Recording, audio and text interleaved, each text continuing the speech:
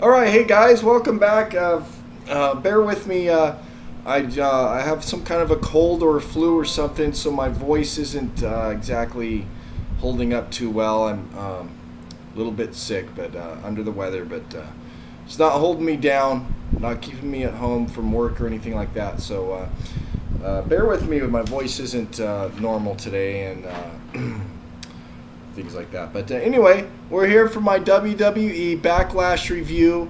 And first of all, before we get started, I wanted to say a big thank you. Somebody at work flagged me down and told me that they really enjoyed watching my videos and checked out my YouTube channel. And I've got a new subscriber too. So hey, big thank you to you guys for checking out my channel. It really means a lot to me. And so anyway, of course, it's a new channel. So the more subscribers I can get, the better. Once I get 100 subscribers, from what I understand, I can make a custom URL, a website for my channel, so I can make it like youtube.com/let's hit the road jack. So hopefully that's what we can do. But we're just getting started, and for you guys that are watching me, I really appreciate it. Thank you so much. It means a lot to me that you take time out of your day to check out what I'm doing. So that's awesome. I really appreciate that. So anyway, let's get into our Backlash review. For all you wrestling fans out there, this was a good show. Of course, this was the first pay-per-view after the WWE brand split. And so very important to put a good impression.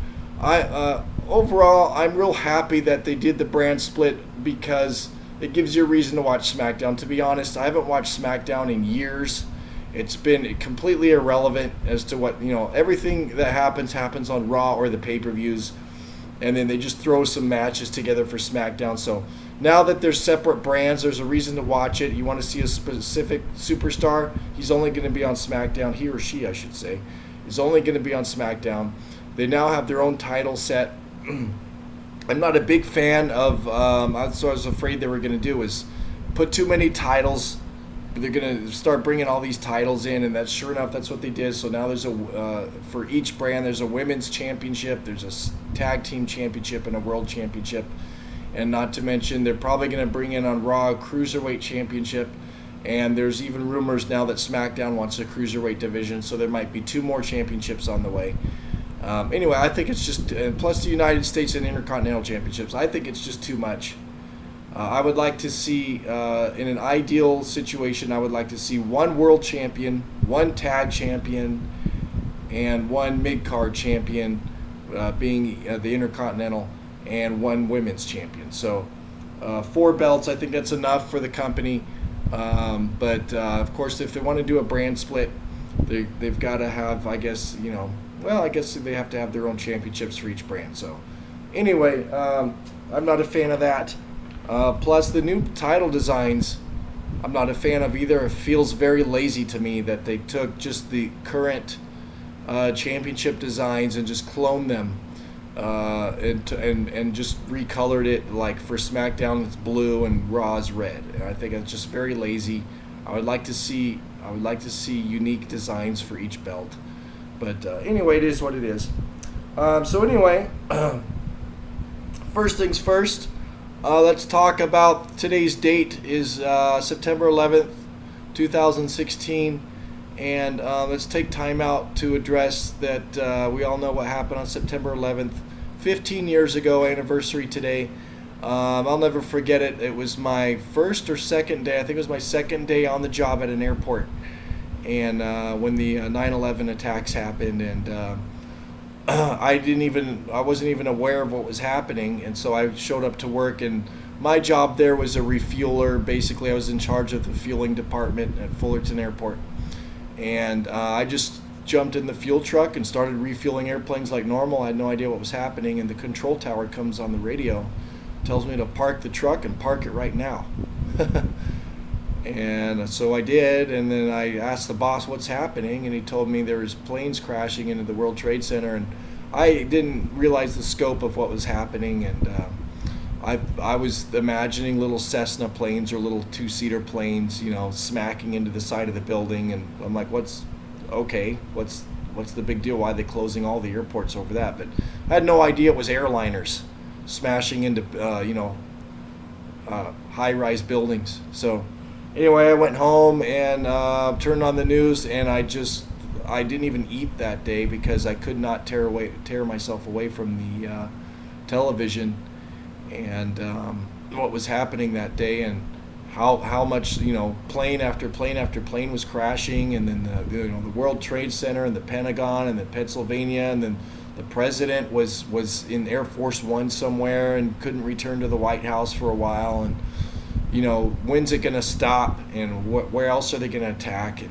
it was very scary that day. Those of you that are too young to remember that day, man, it was just the feeling of uncertainty of what was happening in our country and being attacked, and it was very scary, and there's just no way to describe that kind of feeling. And so anyway, we all know what's happened since then.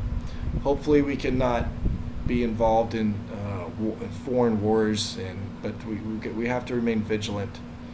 And anyway, it's a rare day that all Americans come together and unite for one cause, like we did on September 11th. So anyway, time out to remember September 11th, and the pay-per-views kicked off.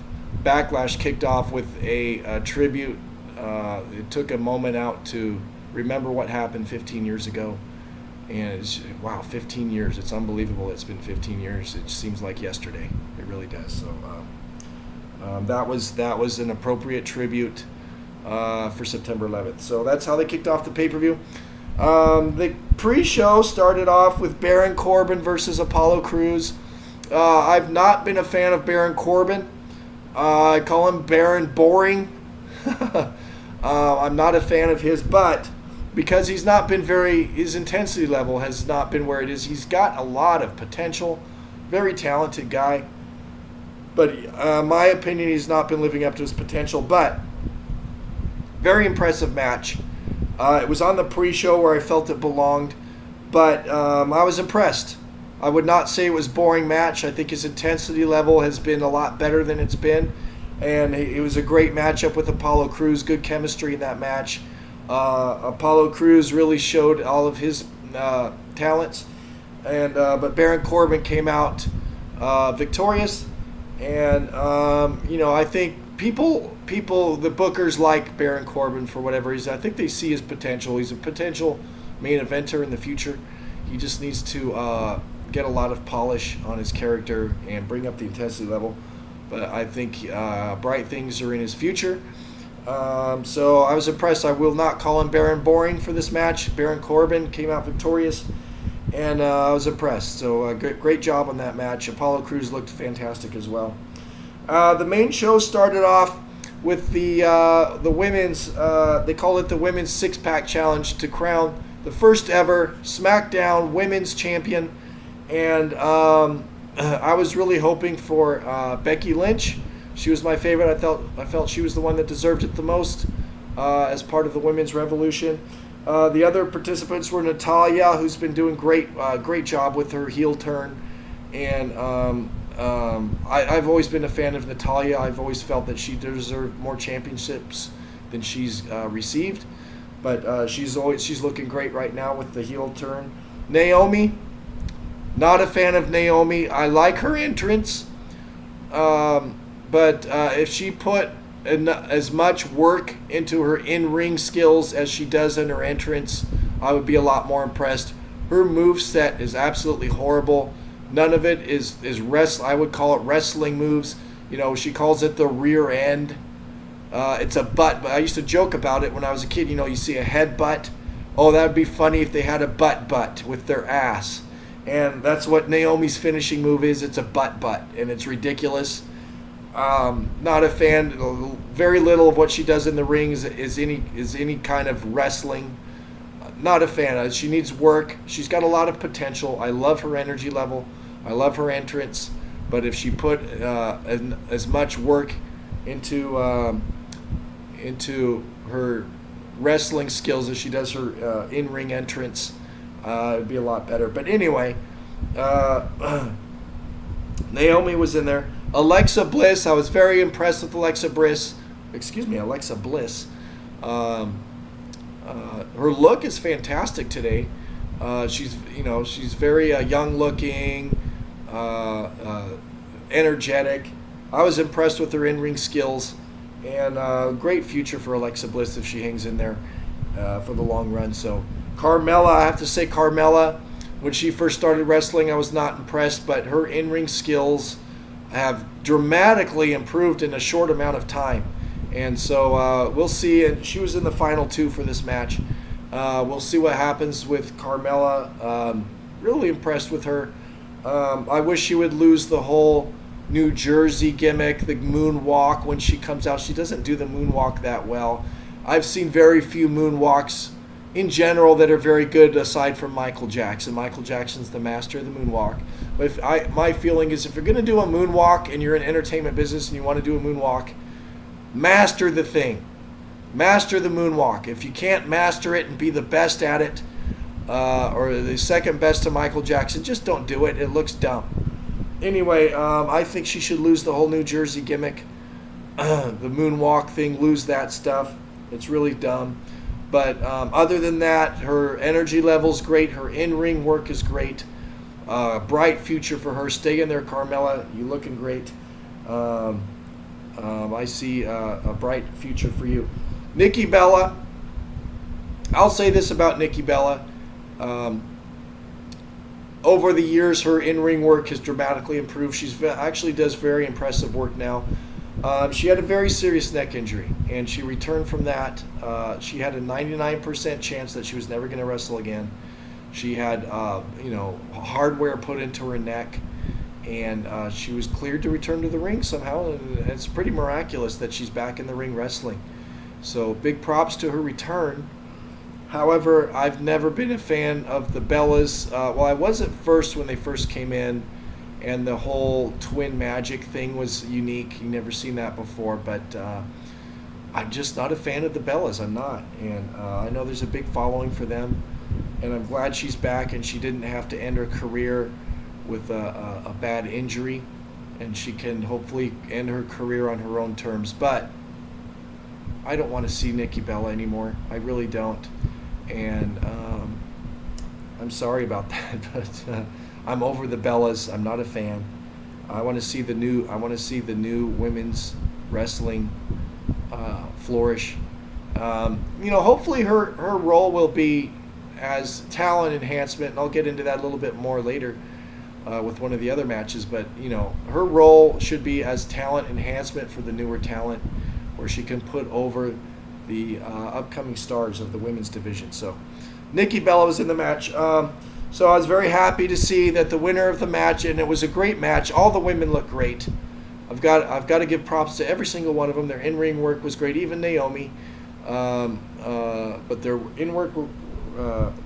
in-ring work was great. But the end result was what I was hoping for. Becky Lynch comes out as the new first ever SmackDown Women's Division Champion.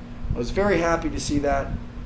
Great things for Becky Lynch. She's part of the the Four Horsewomen, and the women's revolution. So great decision on going with Becky Lynch. I'm happy to see that. Right after that match, we saw a backstage segment where Bray Wyatt. There's a match on the card, Bray Wyatt versus Randy Orton. But they did a backstage segment where Bray Wyatt was attacking Randy Orton, and Bray Wyatt smashed Randy Orton's leg into a door, like smashing a door into his leg.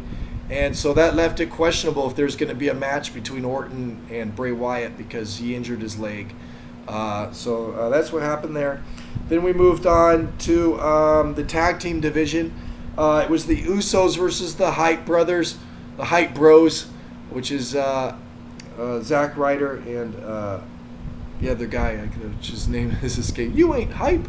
He ain't hype. I love the guy, but his name is escaping me right now. But anyway, the Hype Bros and the Usos. This was a good match. It was a second chance. I think they call it the second chance challenge because the Usos did a heel turn and injured the American Alpha, who had won the match and was supposed to be in the finals for the match, but the Usos had a heel turn and injured the American Alpha, took them out of the tournament. So really interesting booking. If I think back about if you've ever seen a tag team heel turn, that's very rare for a tag team to turn heel. I'm sure some of you out there would have better examples of that, but gosh, it's been a long time that I can recall from the top of my mind a tag team heel turn. If you go back, I think it was the late 80s or early 90s when it was Demolition versus the Powers of Pain at Survivor Series. And Demolition dumped Mr. Fuji as their manager. By the way, rest in peace, Mr. Fuji, one of the all-time greats for managers and wrestlers even. He was multiple tag team champion. He passed away recently, Mr. Fuji. I love you, man. That was one of the great all-time managers in wrestling history. But he passed away recently. But anyway, as I was saying, Demolition dumped Mr. Fuji as their manager. And then the Powers of Pain came over, picked up Mr. Fuji, dusted him off, and took him on as their manager. And that was kind of their heel turn, and Demolition turned face at the same time. But I can't recall off the top of my mind a tag team heel turn since then. There probably has been one, but so very unique situation with the Usos turning heel. And I think it's a great decision on the Booker's part to turn them heel because they've been losing popularity as they've been kind of aligned with their family member Roman Reigns, and they've been getting booed a lot. So I think it was the right decision to turn them heel. I think that's kind of going to get one of those things where I kind of have to get used to seeing the Usos as heels, but great decision, makes it very interesting, and I love it. I love seeing the Usos as heels. So the second chance challenge for the tag team was the Usos versus the Hype Bros. The winners would move on to the finals to face Heath Slater and Rhino, and for the first ever SmackDown Live tag team champions. It was a great match, but the Usos came out ahead. I was hoping for the Hype Bros, but I figured the Usos would win, and they did, which I thought was a good decision. So anyway, the next match was Dolph Ziggler versus The Miz.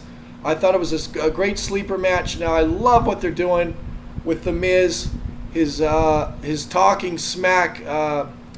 Some would call it a shoot promo, but he just went off on Daniel Bryan, and I loved it. I thought it's what he needs for his character.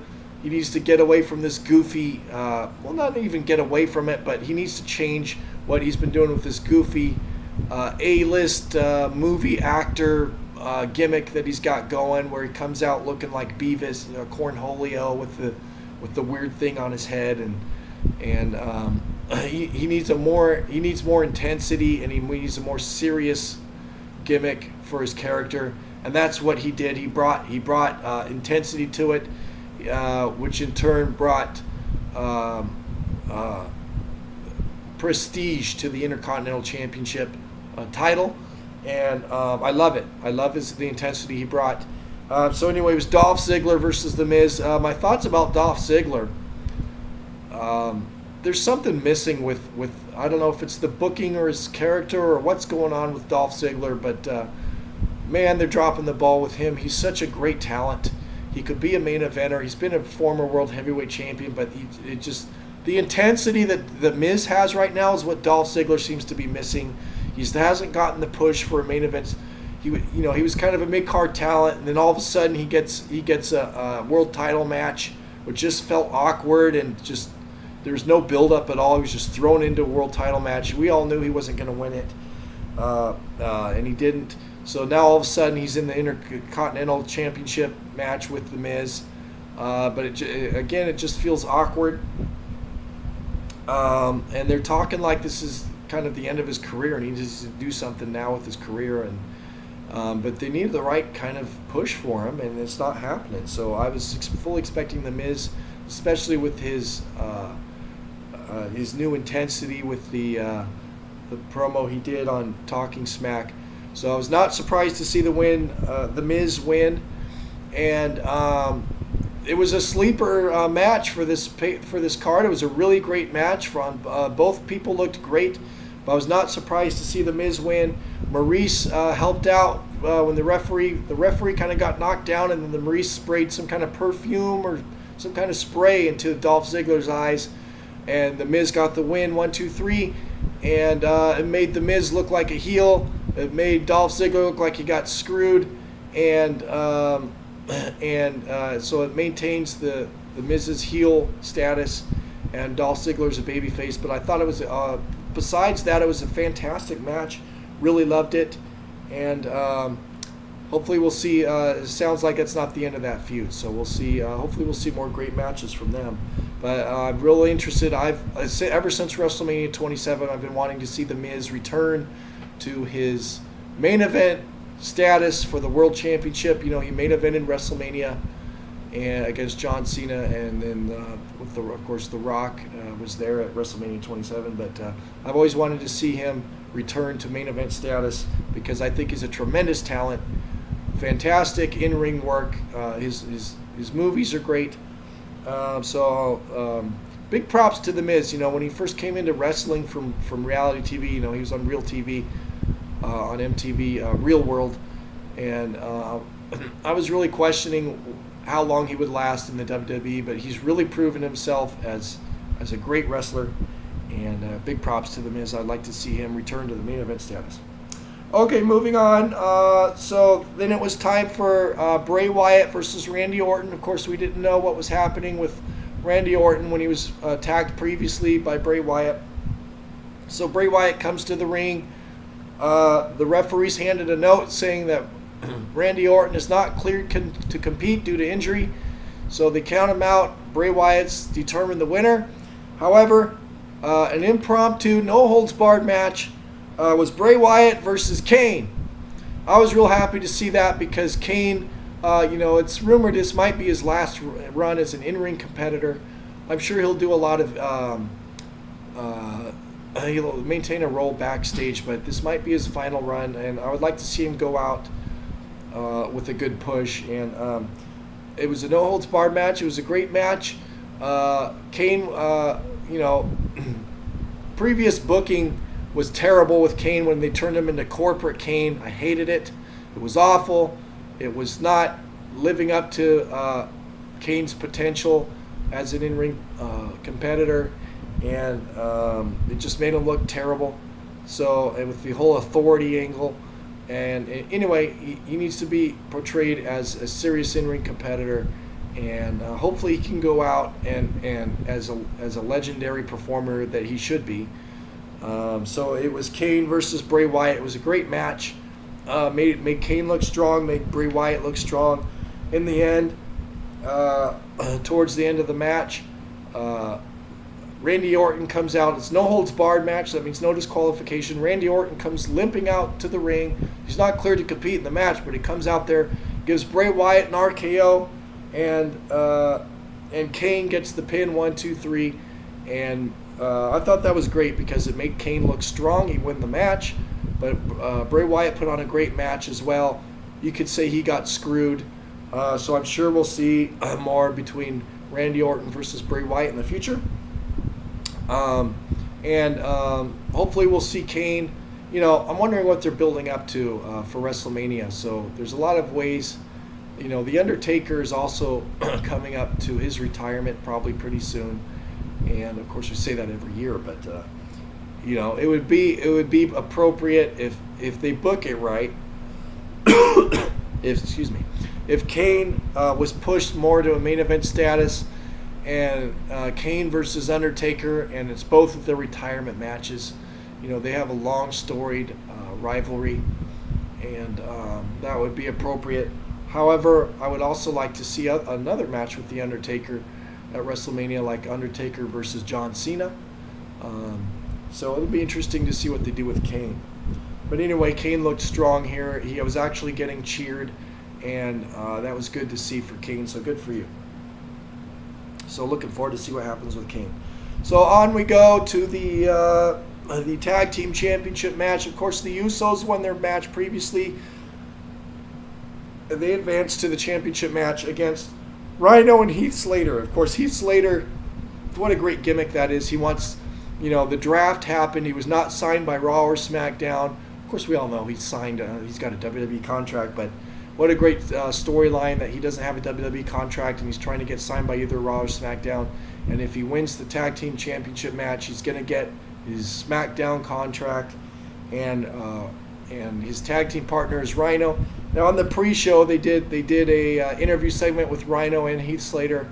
It was really great, and Rhino is hilarious in his role he's playing right now, and it's just great chemistry between the two. It's a great comedy act. They're entertaining, and it's about freaking time, WWE, that you recognize Heath Slater's talent. Very talented guy, and he's not just a comedy role, a throwaway role. The guy can wrestle, and let's see what he can do in the ring. And so anyway, the Usos versus Rhino and Heath Slater. Now, I was debating who I wanted. Of course, Heath Slater and Rhino to win this match because, man, they're so talented. Long overdue for Heath Slater to get a push. But when they turn a tag team heel like the Usos, like they did, that takes a lot of risk and a lot. I'm sure a lot of planning and risk in turning a favorite tag team like the Usos to heel. So I was afraid they were going to go with what's safe and put the straps on the Usos. So, but what happened was Rhino and Heath Slater won the match, and they won the first ever SmackDown Live Tag Team Championships over the Usos. And I was real happy to see that. They're hot right now. Everyone wanted to see them to win, so they went ahead and gave them the win, gave them the belts. But the Usos still look strong as the heels and put over the other team, which, in my opinion, something's changed with the booking, and it's a lot better. Congratulations to both teams, and congratulations to the bookers, because to me that's genius booking. That the Usos would be the safe bet, but who's hot right now? Heath Slater and Rhino are hot right now, and put the straps on them. You still have the Usos. They can always drop the straps later to the Usos, but the Usos are looking great as heels, and just genius booking, really good. I'm really happy with the way that went down. Then on to the main event. I do have to mention, they replayed a portion of that ridiculous Kentucky Fried Chicken, KFC, in-ring thing where they had The Miz and Dolph Ziggler. And The Miz, I think Dolph Ziggler was dressed up as the Colonel and The Miz was dressed up as the Chicken. Really dumb. They did that at SummerSlam, and they did a whole thing with a match between the Colonel and the Chicken. And it was awful. It was god-awful. It's one of those moments when I love to tell everybody when I'm a wrestling fan, but then when people see things like that, I want to hide my head in shame because it's embarrassing, it's stupid. That's not why I'm a wrestling fan. That's not what wrestling's about. But they replayed a portion of that, and it's just embarrassing. Get rid of that crap, please. WWE, I know you got your corporate sponsorships and stuff, but man, leave that garbage out. There's no reason to do that kind of stuff. It just really your product looks stupid, and if you want better ratings and you want people to take wrestling more seriously, don't do stuff like that, please. It's embarrassing. So anyway, at least it was a shorter version of the thing they did at SummerSlam. So anyway, on to the main event. It was AJ Styles versus Dean Ambrose for the real World Championship, the WWE World Championship. Of course, on Raw, they introduced the heavyweight, the WWE Universal Championship. I completely agree with Daniel Bryan. Hey, let's bring in a Universal Championship, a Galactic Championship. Let's bring in... Stop it with this crap. I think we only need one championship. Like I said before, too many championships in WWE. But anyway, this is what I always consider to be the real WWE Heavyweight Championship. So Dean Ambrose, the champion, going in defending against AJ Styles. AJ Styles has been on fire. Of course, he's been a champion everywhere he's gone. My feelings about this match, Dean Ambrose. I like Dean Ambrose. Good champion, but he has, God, what great potential it's just being thrown away. He's so entertaining. Do you remember when he came out and he went to Coney Island and then he brought back a hot dog stand and he was throwing ketchup and mustard all over his opponents, and what a great entertainer. And he puts on a great match when he wants to, but a lot of talent's going to waste with his run as the champion, and it's been kind of boring. I hate to say it. I've seen him do Hell in a Cell matches where he falls off the side of the cell and smashes through the table, and he's just great, just a tremendous amount of talent, but his run as champion has been lackluster. I'm sorry to say it. So anyway, AJ Styles, I think, just out of the two, he's more, I think he's, at least I would say slightly more talented as far as his in-ring skills. I think Dean Ambrose has what it takes with the in-ring skills, but he has not been showing it lately, and AJ Styles has. So plus, he's been on fire. He's beat John Cena clean, and he's just more entertaining to watch, and his promo skills are better. So I was rooting for AJ Styles. Of course, they've got him booked as a heel, but you know what? I want to see him as champion because he's more entertaining. So it was a great match. They did a lot of cool spots, but at the end, the end result was what I was hoping for. AJ Styles became the new WWE World Champion, and even the crowd, I think, was on the same wavelength as I am.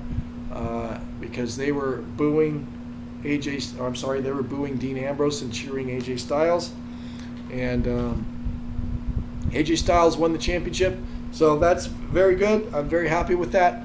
The whole show as a whole, I would give it a solid. Like if I would pick one word to describe the show, I would say solid. It was a solid show, top to bottom. Great matches, great booking. Was it one I'll remember 20 years from now? No. But it was a satisfying show.